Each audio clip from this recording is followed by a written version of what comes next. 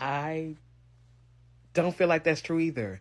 Right now, there's this like interesting movement of like purism where like people are becoming purists and they're like, oh my God, like everybody right now sounds the same.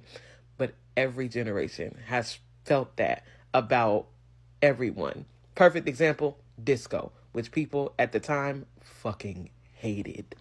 But then years later, the generation that existed while disco was going on hated house music because it sounds the same. They just copied and pasted. The OGs, the doo-wop musicians, hated what they felt like was new age rock and roll when that shift started. And the people that were pre what we even consider rock and roll, that grew up on Muddy Waters and Etta James and whatnot, hated that doo-wop era. I feel like it only happened differently because they didn't have the technology for it to happen the way that we see it. But it isn't very different.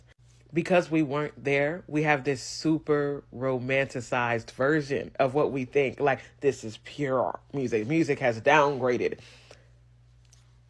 It's changed, but I don't think that we can say one is better than the other in terms of time period as a whole. People also get really upset with like outsourcing in the form of like sampling today, as if sampling is new. It's not. It just doesn't happen the same way. We have the technology to straight up sample someone else's work, drive the beat a little bit, make it slower, make it faster, chop it up or whatever, and put it in the back of our songs. They didn't have that. So they straight up would copy sheet music. They copy note for note, swing it, do different things. But it wasn't new. Like, the amount of work I could say off the top of my head that samples, even though it was during the time period, and people would just say, because they don't want to say it's a sample, they want to say it's inspired by James Brown.